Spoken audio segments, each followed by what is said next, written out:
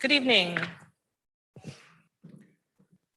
Good evening, everyone. I'd like to call the December 14th meeting of the Common Council to order. The meetings have been noticed and posted. And our first item of business will be the roll call. Mayor Kim Smith, Here. Tom Smith, Here. Dan Stevens, Here. Stephen Knott, Present. Jim Olson, Here. Carrie Burmaster. Here. Diane Wolf. Here. Everyone is present.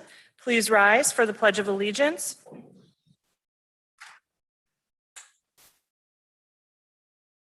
I pledge allegiance to the flag of the United States of America and to the republic for which it stands, one nation, under God, indivisible, with liberty and justice for all.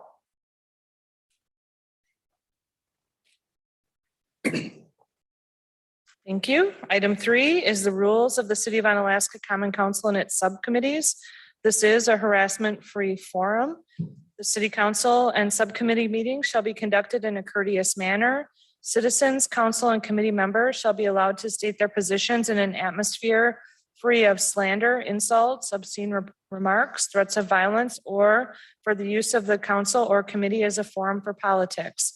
Sufficient warnings may be given by the Sergeant at Arms at any time during the remarks, and in the event that any individual shall violate the rules of decorum heretofore set forth, such person may then be cut off from comment or debate. Item 4 is public input.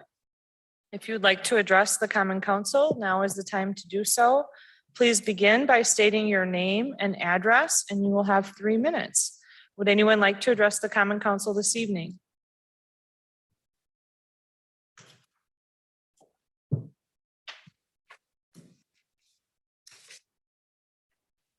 Welcome. Good evening. I'm Chris Muller, residing at 3015 Cortlandt Street. I'd like to draw your attention to the attachment in this evening's agenda for the election officials nomination list. As you can see in that document, Republicans spent a great deal of time following Wisconsin law and properly submitted their list of election workers. It appears that either the Democrats chose not to participate or they are doing so in a deceptive manner. For example, David Wolf is listed as unaffiliated. With just a 15-second search, I found that he is the treasurer of La Crosse Democrat Party. Why is he allowed to deceive the public in this manner? Wisconsin statute 7.30 paragraph 2 subparagraph A states in part, quote, all inspectors shall be affiliated with one of the 2 recognized political parties. Therefore, I formally request that all unaffiliated nominees be investigated to determine if and why they are hiding their political affiliations and skirting state law, and furthermore, determine if they should be removed from the list and replaced with lawfully submitted nominees, in addition to any criminal charges which may be appropriate. Thanks for your time. Thank you, sir. Would anyone else like to address the Common Council this evening? Second call for those wishing to address the Common Council. Third and final call. If anyone would like to address the Common Council this evening, now is the time to do so. Our public input is now closed and we will move on to the report from the mayor. I've invited a couple guests here this evening. I wanted to share the good news and some updates from the Onalaska schools. I want to start first off with Aaron Swan. Aaron is out in the audience there, and most of you have probably met him. He has been interning with me since this summer, doing some job shadowing and learning a lot about municipal government. He initially reached out to Alder Burmaster, inquiring about the possibility of doing some sort of an internship or job shadowing with the city, and she referred him to me. I got together with him to kind of find out what his goals might be. And he began by attending a lot of meetings and kind of following me around and listening to me talk a lot. But then once we got going, he got to get involved as we organized the Onalaska Informed Citizens Academy. He helped work through some of the logistics for getting that going, and then was able to be an attendee. He attended all sessions of the Citizens Academy, where he learned a great deal. And more recently, He assisted me prepare the annual Eagle Bluff third grader unit for municipal government. Normally, the third graders come here and do a tour of the facility and meet various city employees, but due to COVID restrictions last year and this year, well, last year we did it a little bit differently. This year, what we did is we made a kind of like a bunch of movie segments, and then I went there in person and presented to the third graders the different views of things going around the city. So Aaron did help me with that also. It's just really been my pleasure to get to know him. I think with students like Aaron, we know that the future is in good hands. He just shows a lot of initiative. He's been very respectful. Definitely knows maybe more than he wanted to about municipal government, but I just want to thank Aaron and thank Onalaska Schools for producing such a fine young man. So thank you. Then next up, I have Onalaska Luther High School Principal Philip Punzel. Does he happen to be online, Amanda?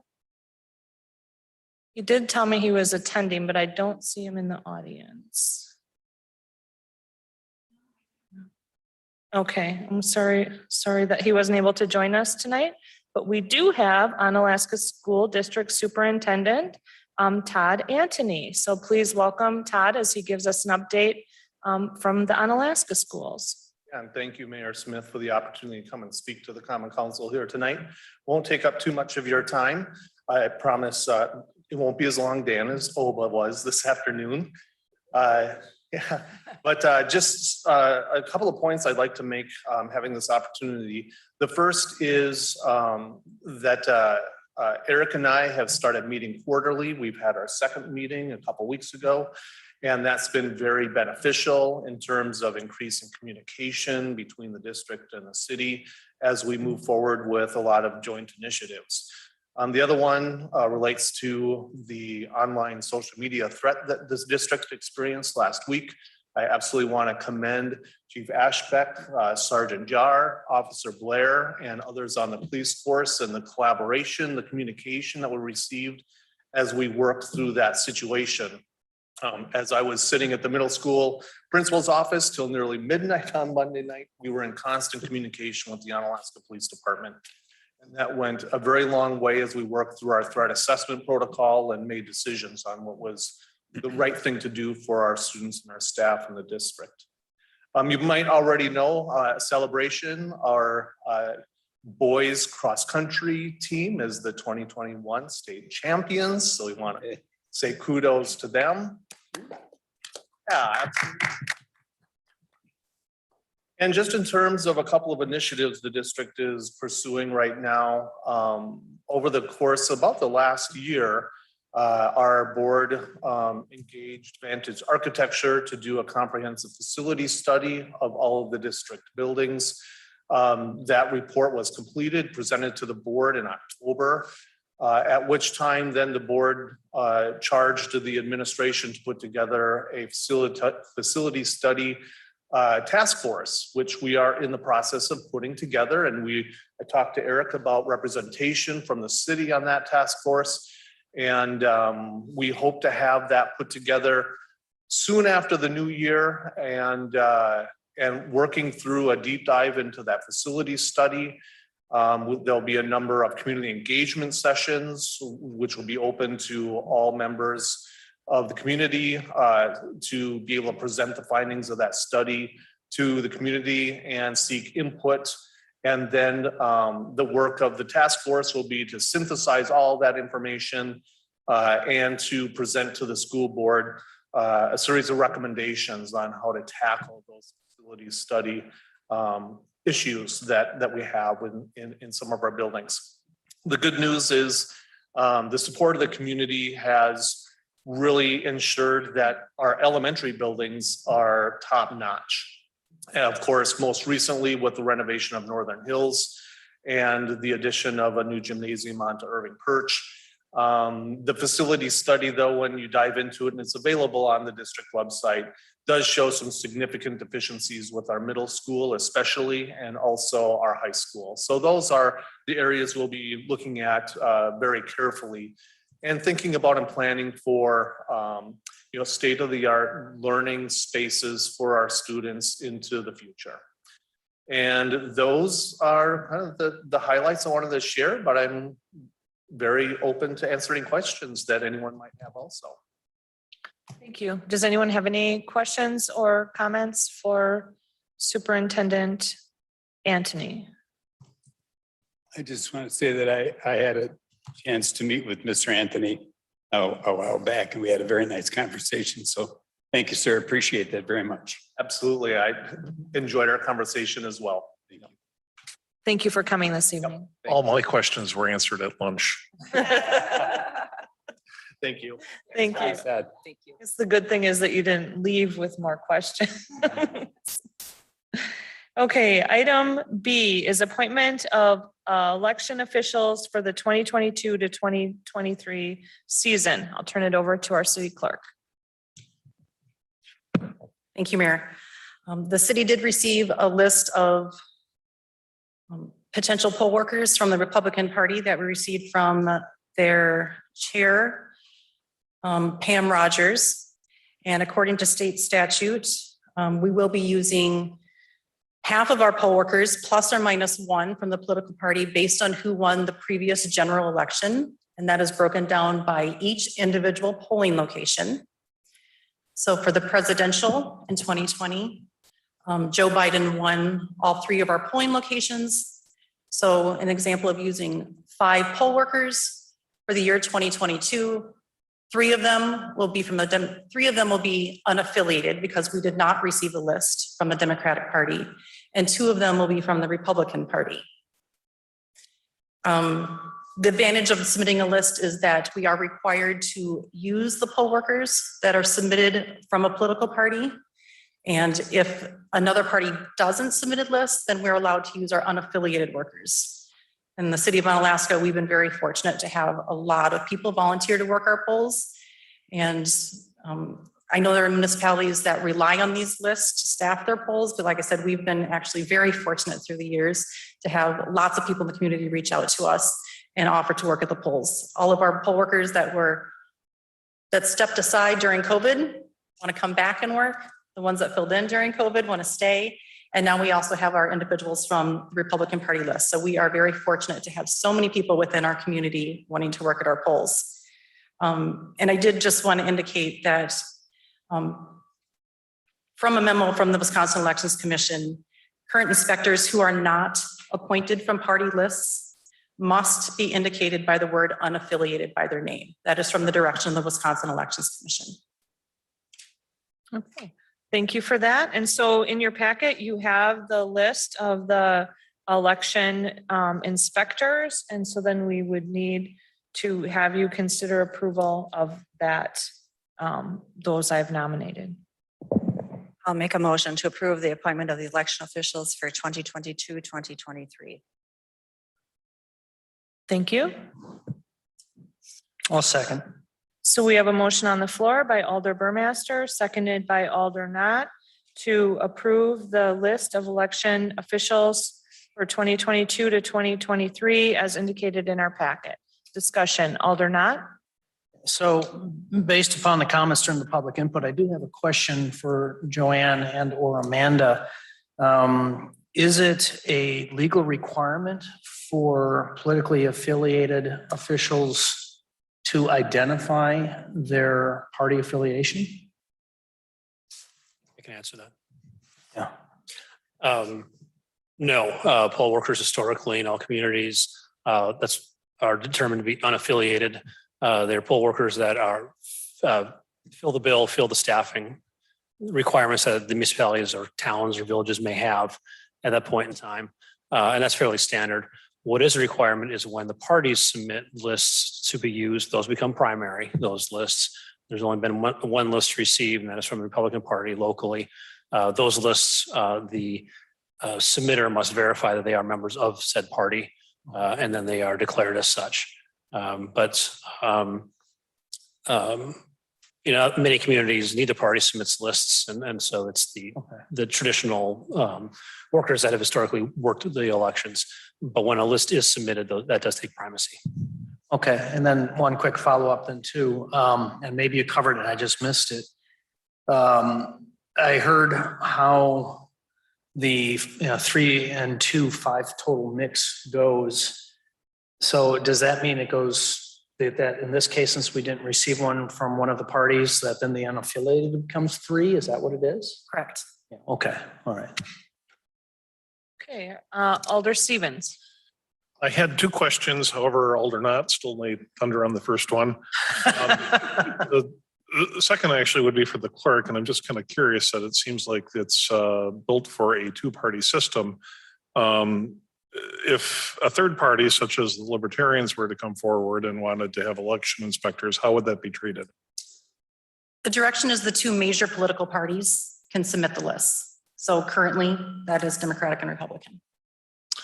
If a third party did come forward and say they wanted some election inspectors, would they be denied, or would they just have to declare as unaffiliated? We would be able to put them on the list with our other poll workers as unaffiliated, but they wouldn't get priority to be able to work the polls as one of the two major parties. Thank you. And our city administrator, Eric Rindfleisch. As a follow-up, if the Democratic Party were to submit an official list, that would also be alongside the Republican Party, have primacy. So those unaffiliated in that case would not be eligible to work. Then we'd be taking the 3 and the 2 from 2 poll lists as submitted from the 2 major parties as per state statute. Okay, Alder Wolf. Thank you, Your Honor. And I had asked Joanne a few questions or a number of questions before this evening and prior to public input. So I will continue to limit my comments regardless of public input this evening.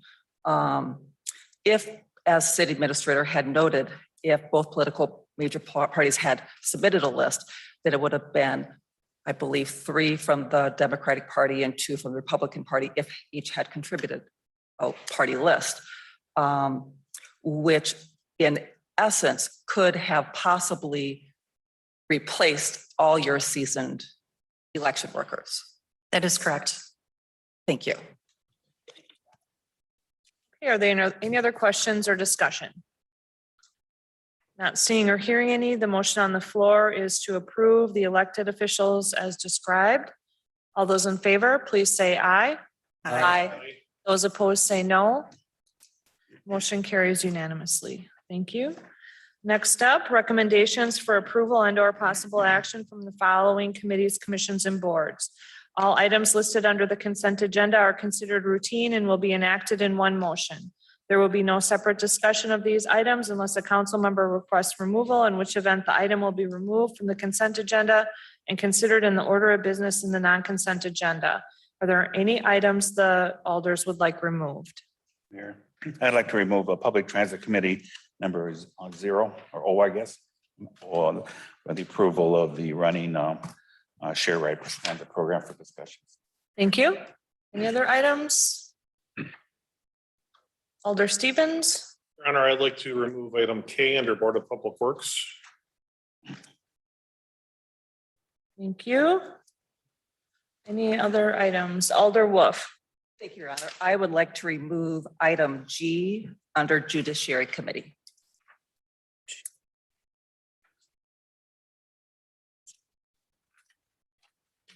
Thank you. I have item G. And any others? If not, we'll consider a motion to approve the consent agenda. Motion to approve consent. Second. Motion by Alder Wolf, seconded by Alder Smith to approve the consent agenda. We need a roll call vote. Carrie Burmaster, Aye. Stephen Knott, Aye. Diane Wolf, Aye. Jim Olson, Aye. Tom Smith, Aye. Dan Stevens. Aye. Thank you. Consent agenda is approved. Moving then to item 7, a recap of the items pulled from the consent agenda. First up will be item G, which was approval of the ordinance 1718-2021. That'll go to judiciary. Alder Burmaster. Thank you. Item number G is approval of ordinance number 1718-2021 to amend Chapter 2 of Title 2 of the Code of Ordinances of the City of Unalaska relating to city administration. It was a recommendation of the Judiciary Committee to approve this, and I make that motion. I will second. Okay, we have a motion by Alder Burmaster, second by Alder Stevens, under discussion. City Attorney Amanda Jackson.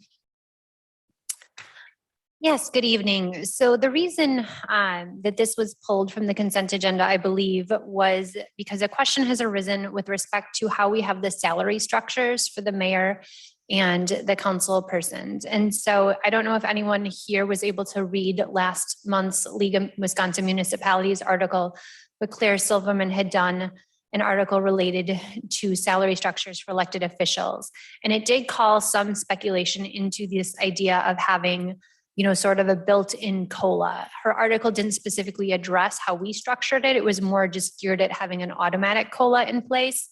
And so I did follow up with her, and it is still a little bit gray in the sense that the statute related to allowing COLAs for regular employees does call out an exception for elected officials. And so part of that is just to make sure that there's adequate notice provided to the public that you're increasing an elected official's salary. And so she felt, in her opinion, which she did caveat, that it was her personal, you know, viewing of the statutes was that we were sort of still skirting that rule, but also that, you know, it's a bit gray and it's never also been litigated or opined on the structure that we have. And so I wanted to bring that to your attention before you vote on, you know, that section of the ordinance, and just to see if there was any direction that you wanted to go with that, or if you just wanted to leave it in place. We did talk about, you know, one option would be to change it that essentially the structure would remain the same, but we would adopt a resolution with the budget every year, basically acknowledging that by approving the COLA in the budget, we were going to approve that to go into place as we've set it up at the next term of the next election. So that would be a way to provide that notice to the public. Okay, thank you for that. Any other discussion? Alder Stevens?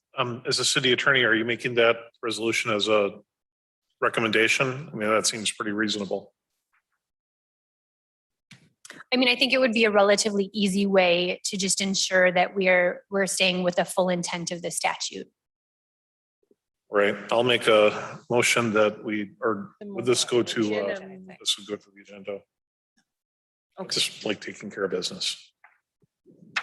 so Amanda. I think if we wanted to approve this as it was, and perhaps the direction is just we come back with an ordinance amendment next month, we have a year.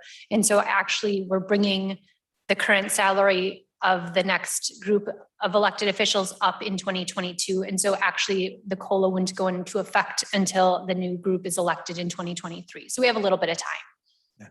Thank you. I'd prefer that because I think I'd like more information on this. I'm not sure I fully grasp what the conflict is. So I'd like to hold off until next month if we can. Okay, so I just need clarity because I think we have a motion on the floor to approve. And what I heard the attorney say is that we could approve it and still have a resolution at a later meeting. Yep. So I would encourage you to approve it as it is, and I'll come back with probably another ordinance amendment. Okay, Next any other month or the month discussion? after. Alder Wolf? Thank you, Your Honor. And the reason why I had originally approached legal about this is because it did appear in a recent League of Wisconsin Municipalities email. And I did want to, have more of an issue than what we've had in the past, but I just thought it would be nice to make it nice and neat and tidy. And I would like to resolve it instead of have an issue come up later again. And since it was before us this evening, I just thought it would be a good idea just to finalize it. So we're all on the same page so we can agree, how do we want to handle this? So I will be supporting it this evening and support a resolution in the future. The only problem I think with the resolution is that someone was going to have to remember to do it every year. So that's the only drawback, but I don't really see any other way to do it. So thank you. Okay, any other discussion? The motion on the floor is to approve ordinance 1718-2021. All those in favor, please say aye. Aye. Those opposed say no. Motion carries unanimously. Okay, so then items K and O, I will incorporate into their category, and if I forget to do that, please remind me. And we'll move on to item 8, Finance Committee, Alder Stevens. Alder Stevens is not chair of the finance. Committee. Oh, sorry. You changed that. It was the S needed to be a W. Alder Wolf, sorry about that. Oh, that's okay. Thank you, Your Honor. So item 8A, Finance Committee vouchers. Since the last Common Council meeting dated November 9th, 2021, $2,213,785.88 has been expended. So I will move that we approve that aforementioned figure this evening. Second. Thank you. We have a motion on the floor by Alder Wolf, seconded by Alder Olson to approve the vouchers as described. Any discussion? All those in favor, please say aye. Aye. Those opposed say no. Motion carries unanimously. Thank you. Item 9, Personnel, Alder Wolf. Thank you again. Item 9A, approval of policy updates. First one was 7.01, leave of absence, the non-FMLA policy. It was the unanimous recommendation of finance and of personnel to approve 7.01. So I move that we approve 7.01 this evening as presented in our packet. I'll second that. Thank you. We have a motion on the floor by Alder Wolf, seconded by Alder Smith to approve 7.01. Is there discussion? I don't see any. The motion is to approve 7.01. All in favor, please say aye. Aye. Those opposed say no. Motion carries unanimously. Thank you. Item 7.02 FMLA policy. It was unanimous vote at personnel last week to approve 7.02 FMLA policy. So I will move that we approve that this evening as presented in our packet. Second. Thank you. We have a motion on the floor by Alder Wolf, seconded by Alder Olson to approve policy 7.02. Is there discussion? Not seeing or hearing any. All in favor of approving the FMLA policy, please say aye. Those opposed say no. Motion carries unanimously. Thank you. And lastly, 7.03 military leave policy. It also was unanimously approved at personnel last week. So I will move that we approve 7.03 military leave policy this evening. Second. Thank you. We have a motion on the floor by Alder Wolf. It's been seconded by Alder Smith to approve 7.03 military leave policy. Is there any discussion? Not seeing any. All those in favor, please say aye. Aye. Those opposed say no. Motion carries unanimously. Thank you, Alder Wolf. Moving on to item 10, Board of Public Works, Alder Knott. Yes, I'll start with item K from what was pulled from the consent agenda, which is the approval of the East Avenue Mini Roundabout Project right-of-way plat, relocation order and acquisition capability statement. This was unanimously recommended for approval by the Board of Public Works, and I will move to approve. Second. Thank you. We have a motion on the floor by Alder Knott, seconded by Alder Wolf. Is there discussion? Alder Stevens. Thank you, Your Honor. I attended the Board of Public Works, and I don't know if I stepped out, but I didn't recall this at all. So just a couple thoughts and questions for perhaps Jared. I'm not necessarily opposed to this, but I think with roundabouts, sometimes we can get a little overzealous in their placement. The Green Coulee roundabout, I think, actually changed some lives, and I think that has a lot of value to the people that live there.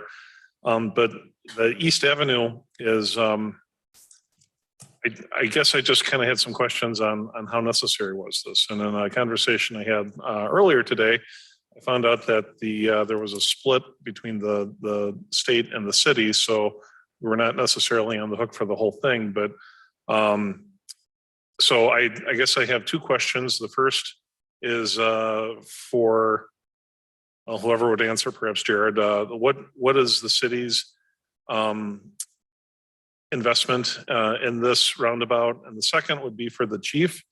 Are we actually making things safer with this roundabout, or is this basically, I'm looking for an opinion to see if this is necessary. I'm not necessarily against this, but I want to make sure that we're allocating our resources well. Yes, I would agree with that statement. That is a, heavily used intersection. We have had a fatality at the intersection last year, I believe it is. So I certainly would support, I think roundabouts, especially in the, heavily traveled intersections, do make them safer. So I would agree, I would support. Yeah, and I'm going to go ahead and call on Jared because I think the state identifies this as a safer solution as well. As Jared can expound on that. Go ahead, Jared. So this intersection has been on the Board of Public Works on and off for about 20 years. At various times, we get various requests for various things in this intersection. The last time this intersection was reviewed was part of the Riders Club Road project that was installed in 2017. That project did look at the intersection, did an intersection control analysis as part of the design that was performed back in 2015 and 16. And at that time, we decided to go forward with no improvements. In that time, it actually started failing even worse between the last construction project and this last spring. At that time, I looked at the crash data and got correspondence with the Wisconsin DOT, and we actually applied for safety funding. And as part of that safety funding, the intersection was looked at, and I don't have the exact numbers, but I think there was 17 accidents in a 3-year period that were side accidents that could be reduced or eliminated with the installation of controls at the intersection. As part of that, the Wisconsin DOT looks at the cost of the project, and the cost of the project was approximately $350,000. With that, they take the number of accidents and they run it through a formula system that they have. And you've got to have a number that's over 1.2 in order to get funding. And we were almost at 2.5. So we could have actually put a project that was almost double the money in and still probably received the funding with the number of accidents we had received. So with that, we brought it forward, and actually the council approved the state municipal agreement for the project earlier. Also approved design by SCH earlier in the year. So once we get done with this project, our state municipal agreement outlines just under $250,000 we'll get from the state, which is a 90-10 split. So we'll be also contributing $25,000 toward the construction. The city is paying for 100% of the design, which was just under $50,000. And the right of way, which is currently with these documents in process, which will be between 10 and 15,000, depending on how the right of way appraisals go. And we're paying about 12,000 for state review of the project. So once we get done even paying for the design and state review and things like that, we're still going to be almost probably at 75-25 with all the project costs. And by having the city pay for the design and the right of way and things with the state federal rules, it just makes the projects go a lot smoother, a lot faster. Even with that, we still won't be building this project. We're pushing the project along in a condensed timeline to get it built in the spring of 2023. It's hard to believe with all the paperwork and all the requirements for reviewing things, this will still not be constructed until 2023. When I looked at this, I did consult with Chief Ashback, and looking at this intersection is met the safety standards for the mini roundabout. It won't be a full roundabout like you see at Green Coulee. It'll be a smaller version of it, a more urban version, but it won't be what you see in some cities what would be called a traffic circle, which is just the actual intersection with the circle plopped in the middle of it. So there is engineering analysis, engineering design performed on this. So in my opinion, it's going to be a great project. It's a great partnership with the federal funds coming in to alleviate an intersection that we've had problems with. If I could have a follow-up question, how much, when you mentioned right away, we're going to acquire some property from the residents on the corners, how much are they looking at? Like in terms of land loss? Land loss will be about 100 square feet. Okay. It's very minimal. Most of it's going to be temporary easements to construct, but there's a few square feet on each corner, and then the southwest corner will have the other 90 square feet. It's about a 1 foot by 10 foot strip. Okay, thank you. Thank you, Jared, for all that great information. Alder Knott. Yeah, so when we were discussing the Cooley project in the past, I did do some self-study on looking at data and studies on traffic circles. Now, I didn't come prepared to tell you my sources because I didn't know this is the direction we were going to go with this. So take that for what it's worth.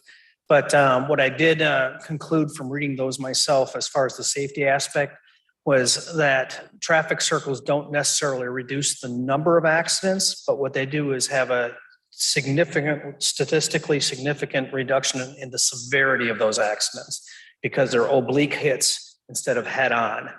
And again, I could find my sources. If I look back at them, I could provide them if you want, but I didn't bring them with me tonight. So Thank you for that, Alder Knott. yeah. Any other questions or comments or discussion? I'd like just to say, from right at District 1, we've had a lot of people.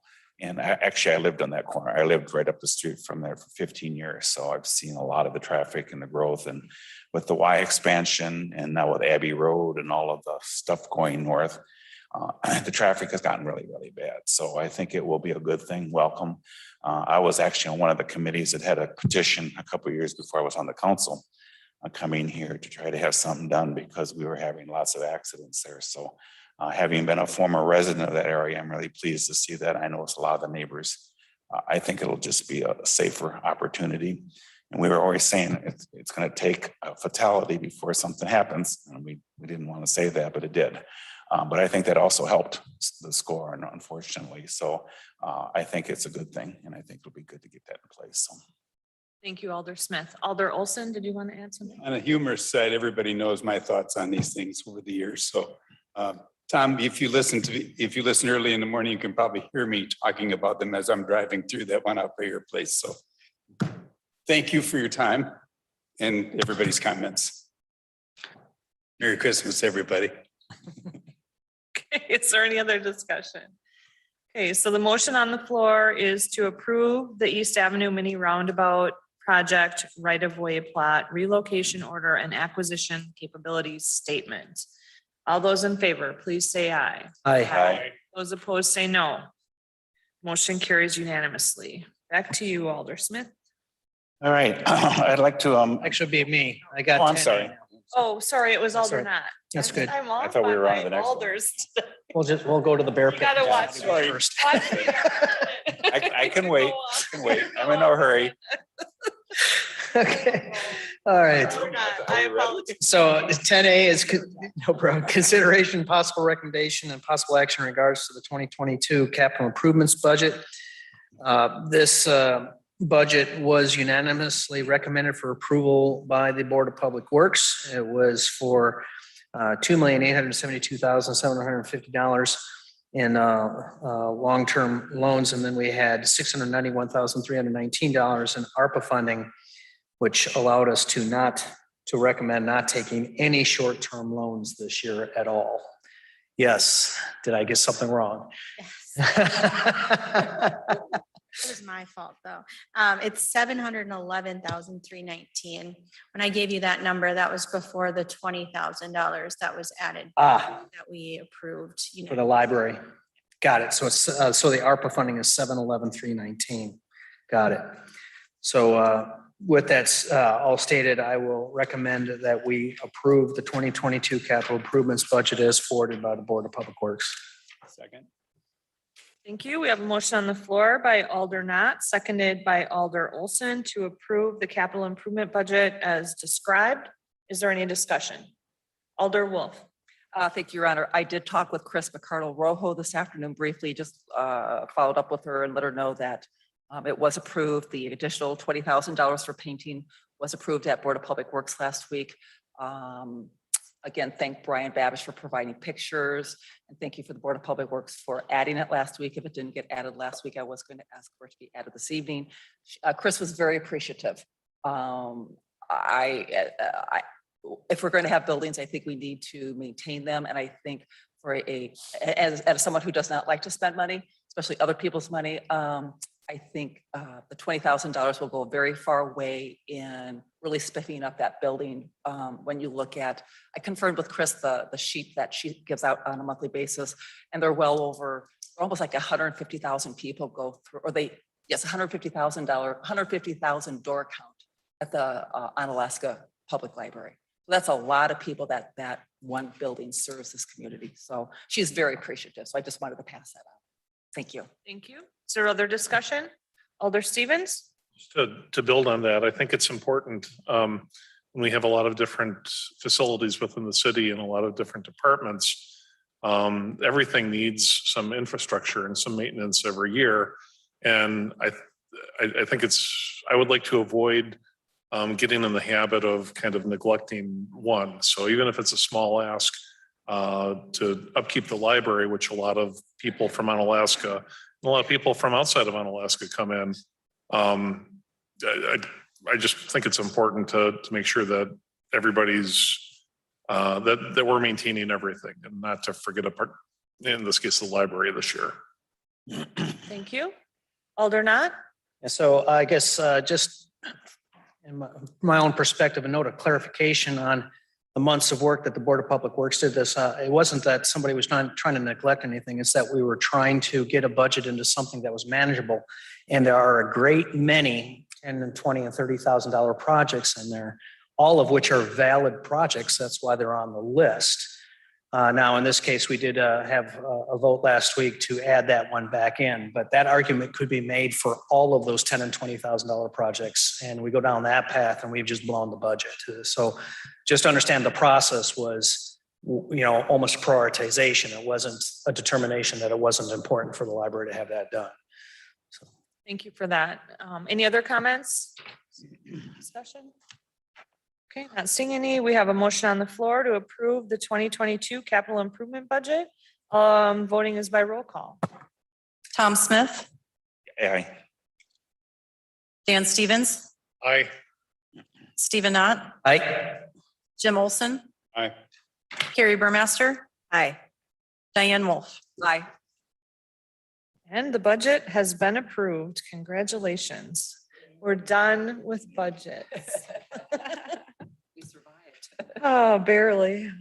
Kind of close. Okay, so thank you everyone for that and the good discussion as well. Item 11, Public Transit Committee, Alder Smith. All right.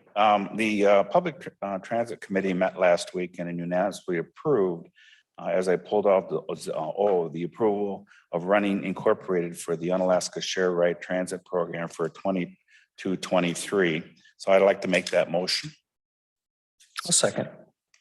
We have a motion on the floor by Alder Smith, seconded by Alder Olson. Discussion. I'll give it back to Alder Smith. But I'd like to, the reason why I pulled it off is because we only got one bid, and it's from our current service provider. And so we of course, we will accept that because we need the program. Our biggest concern was it's a 15% increase. And that kind of threw us a little bit. And we did discuss it with the service provider and asked that, that's a big jump for the next couple of years in our contract. Talking to Sabrina, our challenge will be that we're probably going to have to figure out a way budget-wise to offset some of that cost. And yet we know the Share Ride program is very important for seniors and people who need a ride around town, and Holman and West Salem are also on this committee. So there's a concern about that. The reasoning that they told us was, of course, gas prices going up, wages going up, that they have to, in order to attract people, they're having to raise their rates just like everyone else. So everything's going up, all the pieces of it. So we just thought that 15% was a big jump. But because they are the only bid, we did accept it as unanimously. But we do have a concerns of how we can figure that out. And I don't know, Sabrina or Eric, if you want to add anything to it, but that's our concern, is that we can't raise the rates 15%. I mean, that's not the case, but somehow we're going to have to get some of that money out of it because it's not in the budget. Okay, thank you for that. Anyone else like to comment? Sabrina? Yeah, the only thing that I would add to that is we are pretty conservative in budgeting the amount of revenue that we're going to receive in fares due to ridership. So I kept it conservative for this year for budget purposes. So I think seeing what happens after the first quarter for ridership has gone up since last year. If that remains steady, then we can continue to look at those numbers and evaluate what we need to do, if we need to raise the fares or not. But one thing that was noted is at our meeting, we had the MPO, the La Crosse County MPO included, and a lot of the riders are low income. So to raise that, then our ridership might go down. So just things that we're going to have to discuss at future meetings.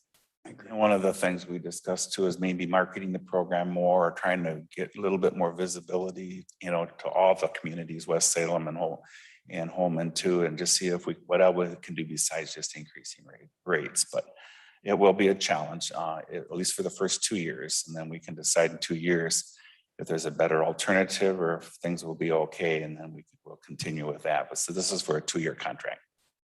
Yeah, and I guess the kind of report I can add is that the LAPC has commissioned a study on regional public transit, similar to when they did the fire study for regional fire services. And there are really only preliminary results at this point. We'll get a full report to our city, either to the council or to that public transit committee when that's available. But it's evaluating the shared ride service as well as the MTU service and the smart bus.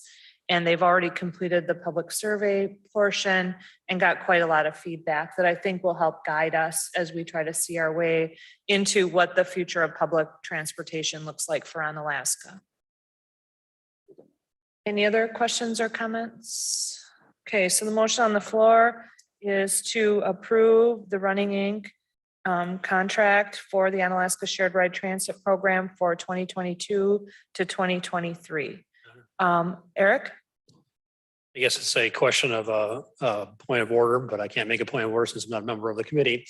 Item O in the consent agenda was to reflect the action of the committee, which is to approve the contract.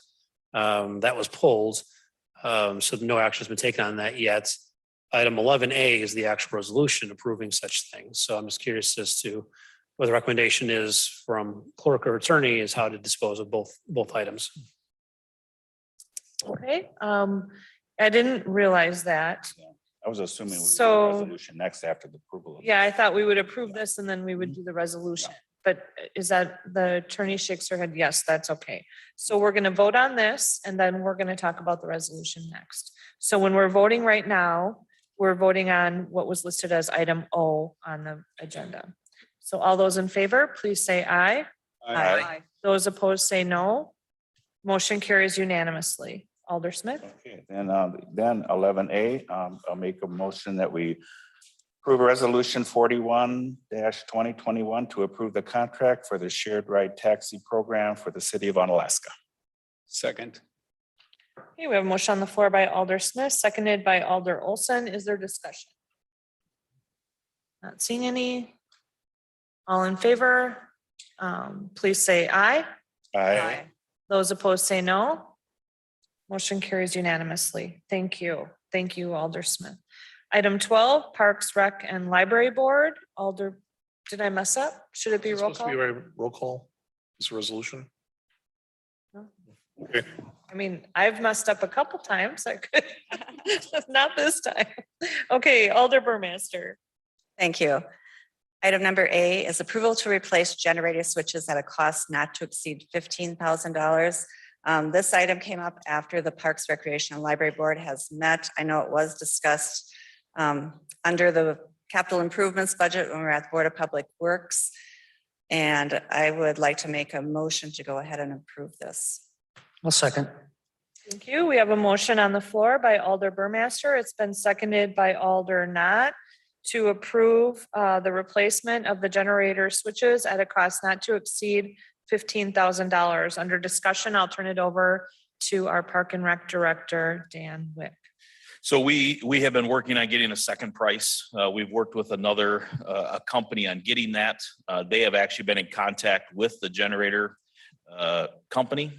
And they have suggested that we reach out to them and they can send a technician to us and actually look at what's wrong with the switches. And knowing that we are looking at replacing the generator, hopefully in the next couple of years, they believe that they can fix the switches and make it usable so that the generator is usable in the event that we need it, rather than spending up to the $15,000. We don't have that number at this point, but the $15,000 would be the max that we would spend on this project. As you know, Sabrina stated at Board of Public Works, we're going to take it out of our operating budget, this current year. So we need to get working on it. But our hope is to be in touch with Kohler tomorrow. It sounded like through the other contractor that they would have somebody available that could make some pretty quick order that they could come on site to look at our situation that we have. So the 15 would be the max. Our hope is that we can come in much less than that by using all the resources that we can. Thank you for that. Are there any questions? Alder Wolf? Thank you, Your Honor. So Dan, I just want to confirm. So regarding the generator now, I remember I had read an email from Brian. The generator controls the fire and city hall side. Correct. As it stands right now, only one side. Just the fire side would be operable at this time. Okay, and the goal then is to fix it, so then both sides, so the end goal is to have them both operational. Thank you. Just want to confirm. Appreciate it. Thank you. Thank you. Any other questions? Alder Stevens? I really don't want to open up the capital improvement budget, but so we're thinking for the $15,000, we'll get probably 2 years out of the switches before we'll need to invest in the EOC. Our plan is there's a lot of discussion in this current year's budget to try to do it. Rather than, as Jared stated last at the Board of Public Works, the $15,000 for the switches, the new generator, it's more going to have more kilowatts and things, so those switches won't work.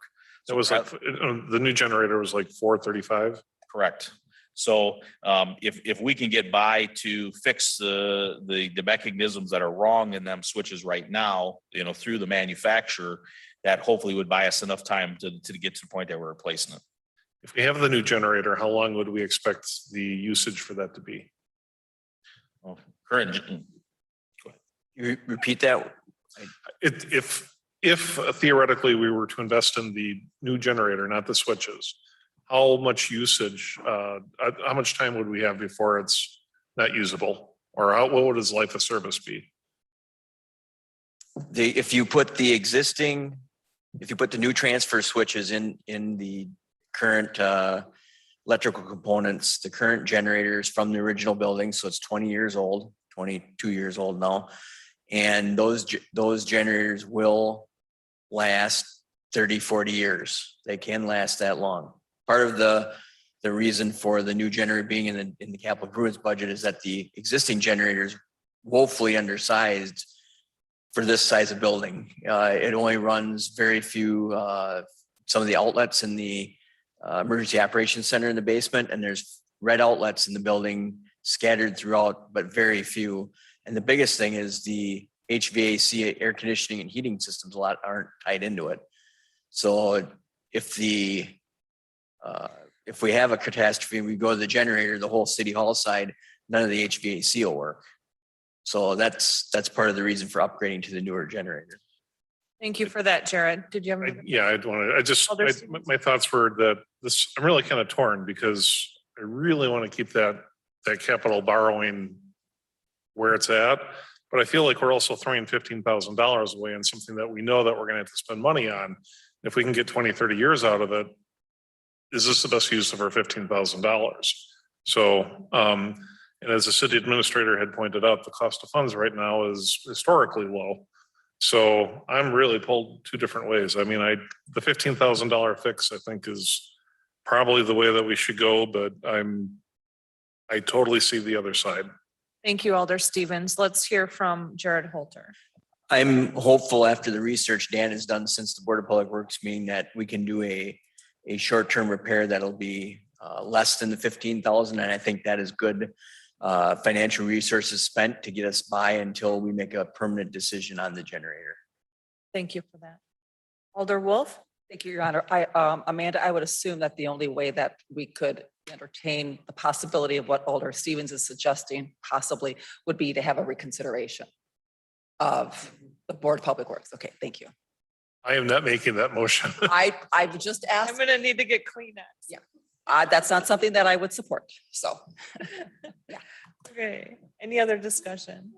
Not that we want to I'll go stifle. with the Kleenex.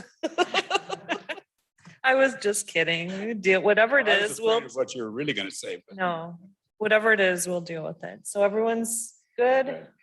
All right, so the motion on the floor is to approve the replacement of the generator switches not to exceed $15,000. All those in favor, please say aye. Aye. Opposed, say no. Motion carries unanimously. Thank you. Item 13, report from Alderperson Burmaster. Carrie? Thank you, Your Honor. Item number A is notification of non-candidacy. I just wanted to make the public aware that I have filed my non-candidacy. I will be not running for office this spring in the April election, which means that if we have any citizens who are interested in local government, I would encourage them to step forward at this time. This is the time when nomination papers are being circulated. That period runs from December 1st until January 4th. They need to be submitted to the clerk's office by 5 p.m. on January 4th, so there's still plenty of time to go out and collect signatures. You need 20 to 40 signatures. You could do that in a nice afternoon, say tomorrow when the temperature is 60 degrees. So if there's anyone out there who's interested, I would encourage you to contact our city clerk to get the paperwork that you need to do that. Because I know we have a lot of fine citizens out there, and it's been an honor to serve District 3, and I enjoyed meeting all the citizens out there. So I know we have some very good people out there who would be very good at this job. Thank you. Thank you so much, Carrie. It definitely has been nice having you transition into this role, and it's going to be hard to not have you here, but Carrie represents 3rd District. If anyone needs help finding out what 3rd District is now, don't hesitate to reach out to any of us or the clerk's office. Any other comments? Okay, well, thank you, Alder Burmaster. Carrie's been here so long. I was actually 12. Item Thank you. Thank you for everything you've done. Item 14, report from the city administrator. Eric Reinflesch, welcome to the podium. Thank you. I understand it's easier to understand and hear if I stand up here than if I sit at the normal It seat. is true. Okay, that's good. The policy item before you, policy 4.09A, is presented today at a request of staff. The request is coming from a place where we're operating under a remaining mayoral order number 7, as well as general guidance given to me by the Common Council to do several things during this pandemic, and that is keep City Hall open, keep providing public services, and protect the public and our employees.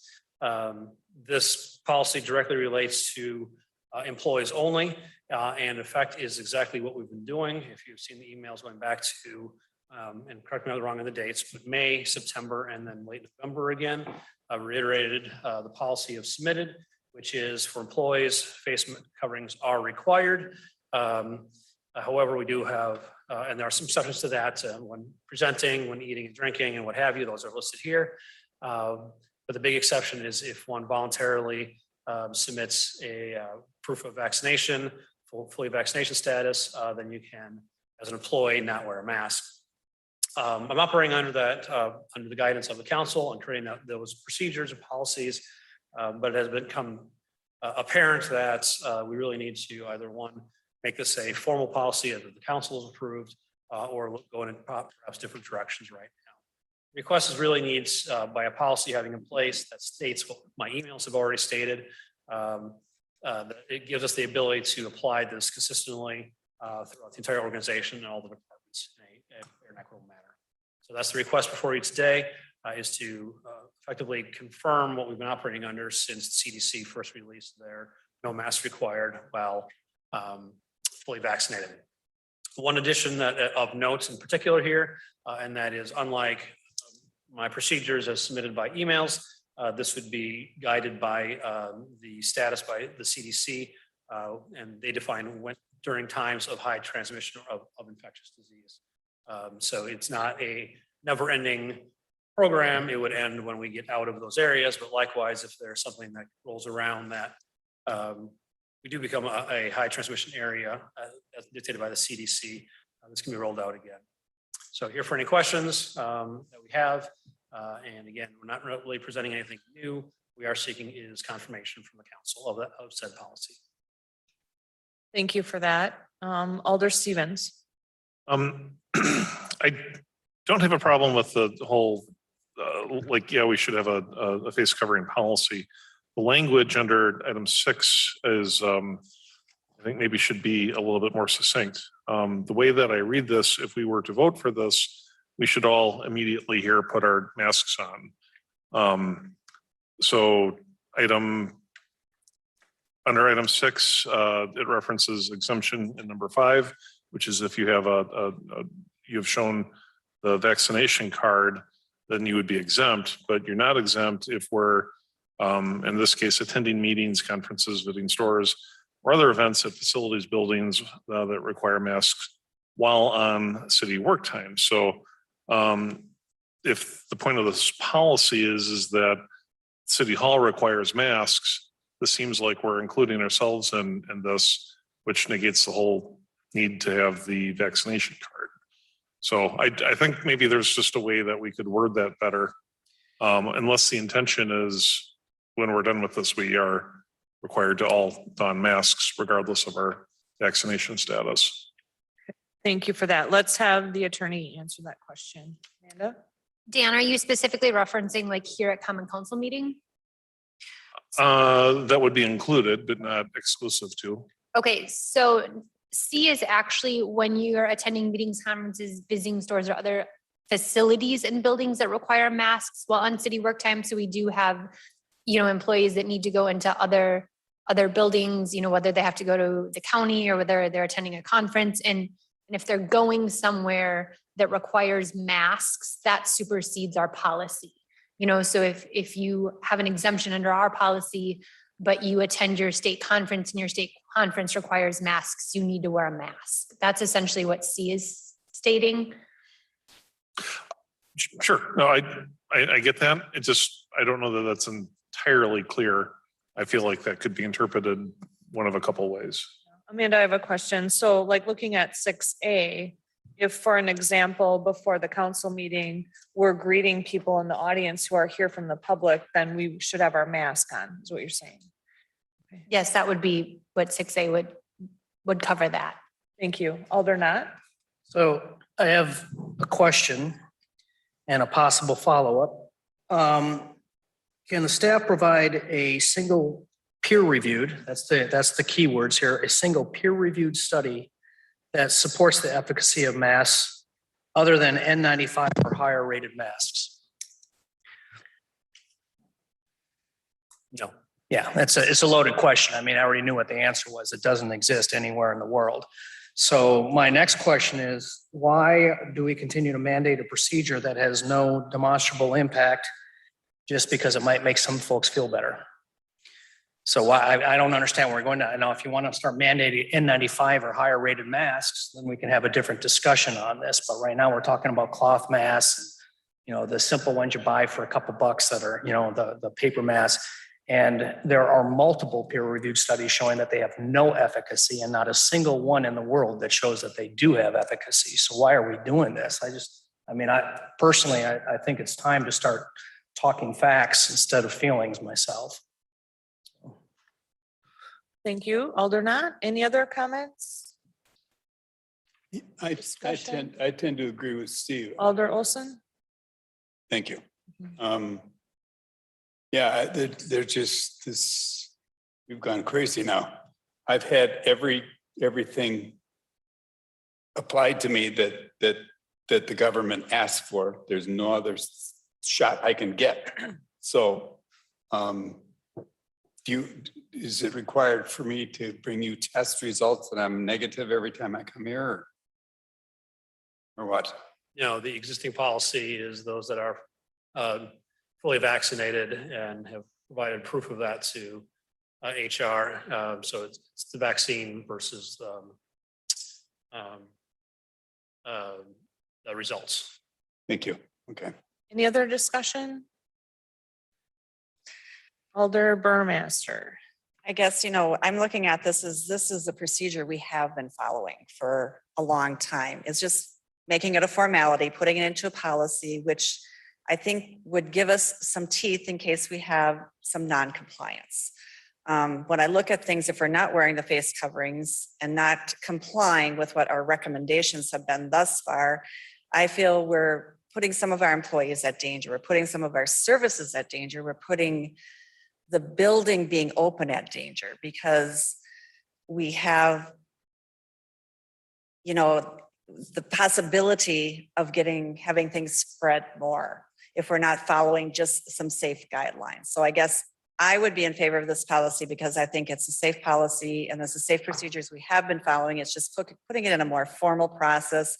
We're not asking for, extreme measures on top of this, like a negative COVID test or anything like that. I mean, I don't think we've been expanded it beyond what we've already been doing. So I would be in support of this. Thank you. Thank you. Any other comments or questions? We'll go to Alder Wolf and then Alder Knott. Thank you, Your Honor. So Eric, if I may ask, and or Amanda, so if we were to pass this evening, this policy as is, so if we were to have a meeting then next month for council, what would be the scenario if we're all vaccinated, we're all sitting here, are we then masking or not? Because I'm not sure when I read the ABC, I'm not sure where we fit. Because that was kind of why I had that question earlier. Because I understand like I was also out in the audience earlier, so I understand where that would be advantageous for me to do that. But I would say under B. yeah, that was my At question. C, in terms of meetings and conferences under B, I would suggest yes, unless masked. The assumption is at this point in time in meeting of groups. And again, that's actually in our policy. I would say we're not necessarily following that policy, but that is something that employees are pointing out is that we're not being consistent in the absence of a full policy. And I think the arguments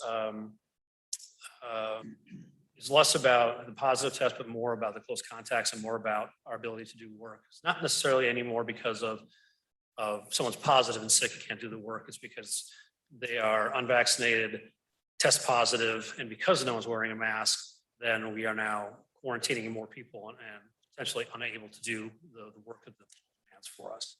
So that's where we have the masks, and that's where we have sort of the incentive of the vaccine instead of the mask. It's not just the either or, it's the fact that also by wearing a mask or being vaccinated allows you some more freedom when we do have the quarantining.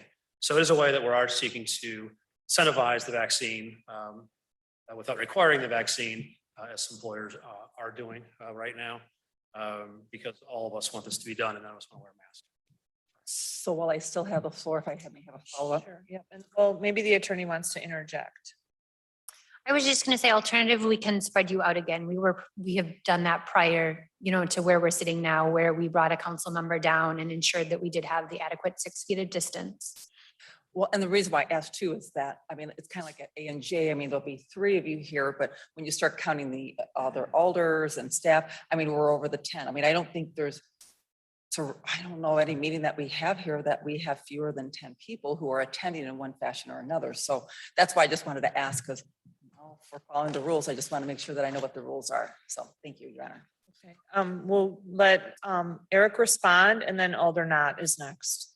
I actually have a slightly different point. If he's responding to something I already said, I will defer. Okay, Alder Knott, go ahead then. I think I said you could be after Diane. It's okay. Oh, okay. Go ahead, Eric. We did engage the employees affected by this by an internal survey. And I know you have probably the final results right now, but of the FTEs that we have over 90 respond. I believe we had around 86 responses. 86 respond. 10 were in favor of going to a no mask required in your personal workspace but masks required when you go into someone else's workspace. The rest were in support of the current policy, which we're following. So if you're kind of engaged into, one, I think that's a very high turnout for employees to actually respond to a survey, but two, it was substantially in favor of current policy of which this represents. Thank you. Any other comments or questions? Alder Not? Yeah, so a couple of comments. So first off, not having a mask policy doesn't preclude anyone from wearing one who wants to, and that would have been true prior to this pandemic period too. So, some of the comments we made about that I've heard is, well, this is what we've been doing. Well, I understand that. This is the way we've always done it is an argument. It's not normally one that holds a lot of water with me personally. It's always a question about what is right and what's effective, which brings me to the next one about it making it safer. I've heard a couple of comments on that. That was why I asked the question I did. If masks have no efficacy, and every peer-reviewed study who has studied this on a broad level, both internationally, Denmark, Singapore, here in the United States, you name it, and these are from highly reputable organizations. We're talking Penn State, if I recall right, I have all of them at home that I've been reading, Johns Hopkins, things like that. Then it doesn't make it safer is my whole point. What we're doing is we're just doing something in order to make people feel better. And one of the things that just actually concerned me, what I heard is there might be a second reason we're doing mask policies, was just mentioned by the city administrator that it provides an incentive for the vaccine. Now, the vaccine's a whole separate conversation. Vaccines are effective. I got all that. But if we're going to use masks as a form of intimidation or punishment in order to convince people to get it, that concerns me. Personally, I won't support this because I think it is high time that we start coming in line with facts instead of feelings again. And there's not a single peer-reviewed study that shows that the masks that we're wearing do anything. And that's all I'm looking at is what's effective and what's honest. So. Alder Stevens? So I do think that the city as an employer or any private sector employer can set a policy on how they want to conduct their business. So regardless of the efficacy, I don't think that there's anything wrong with saying that you have a choice. You can either wear a mask or provide a vaccination card. So I support having a policy that the administration can have some bite, I think is the term that I had used. What I don't like is, or I think is noticeable, is there were at least 4 or 5 different interpretations on what this means just here at council tonight. So while I support the policy in general, I'm just, again, to reiterate, asking that we make it less nebulous on what the policy is. So I know that you said like here, we'd be fine, but if you're talking to people in the chambers that it would be appropriate to wear a mask. I think there's a better way to reword this, and I don't have that handy right now, but that is my only ask. Thank you. Let's hear from Alder Smith. It's got a couple questions. I agree with Dan. I think it's confusing. I mean, I was trying, it just seems like it's not for sure how clear this could be. So if we could maybe clear this up a little bit. I'm supportive of it. And I think the city has the right to do this if you feel that, you think this is the best interest for our employees. And did I hear that a majority of the employees are in favor of this with this survey? Did I hear that like a high number? 10 out of 86 wanted a different direction. The rest. And we're already 76 currently doing what this policy just formalizes, right? So we're not really changing anything. We're just putting it into a little bit more of a policy. Okay. If there are sections of confusing, this is the opportunity to either modify them, change them, or strike them. Yeah, and I like the concept, but it seems confusing because I think all of us have a different interpretation of what this really means. Thank you. Okay, Alder Wolf. Thank you, Your Honor. So Eric and or Amanda, so the very last paragraph of this policy talks about labor agreements. So I'm going to assume that this policy then does not apply to those police and fire employees under union contract. It does. That is standard boilerplate language that we have in all policies. allow, if there's contradiction that the contract does there, the contracts that we have are silent on this issue. So this would apply. So this will apply to everyone. Okay, thank you. Okay. So as it stands, we have a motion on the floor to approve. Is there any other discussion? Alder Wolf? I made the motion. I'm sorry, I don't have that. Alder Burmaster made the motion. Hold on. I just said I would support it.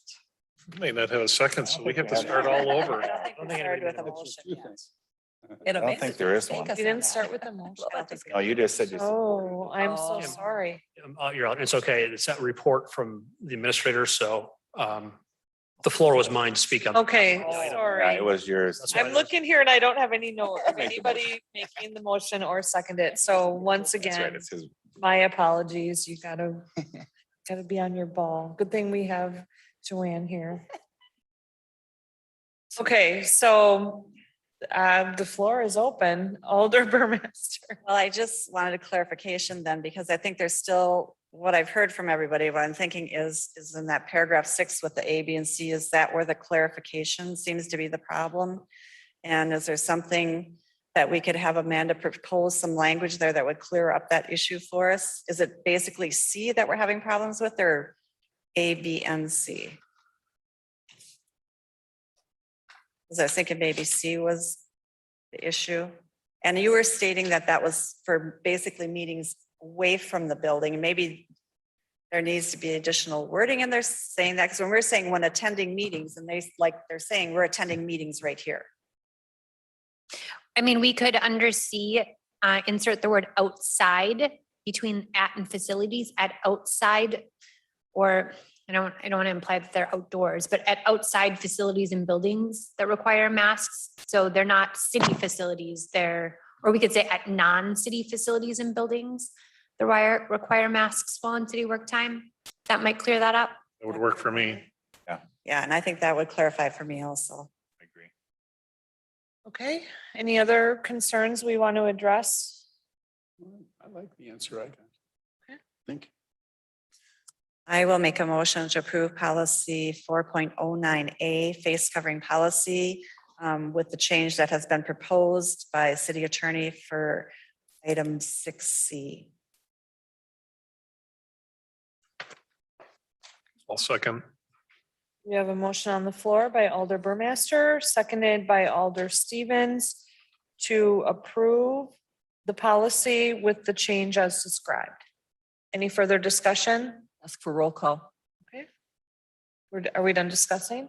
Okay, I'll turn it over to our clerk for roll call. Diane Wolf, Aye. Dan Stevens, Aye. Stephen Knott, No. Tom Smith, Aye. Carrie Burmaster, Aye. Jim Olson. Okay, motion carries. Thank you. Item 15, closed session, to consider a motion to convene in closed session under section 19.85, paragraph 1, paragraph G of the Wisconsin statutes for the purpose of conferring with legal counsel for the governmental body who is rendering oral or written advice concerning strategy to be adopted by the body with respect to litigation in which it is or is likely to become involved, specifically claim for water damage at 1114 Well Street on Alaska.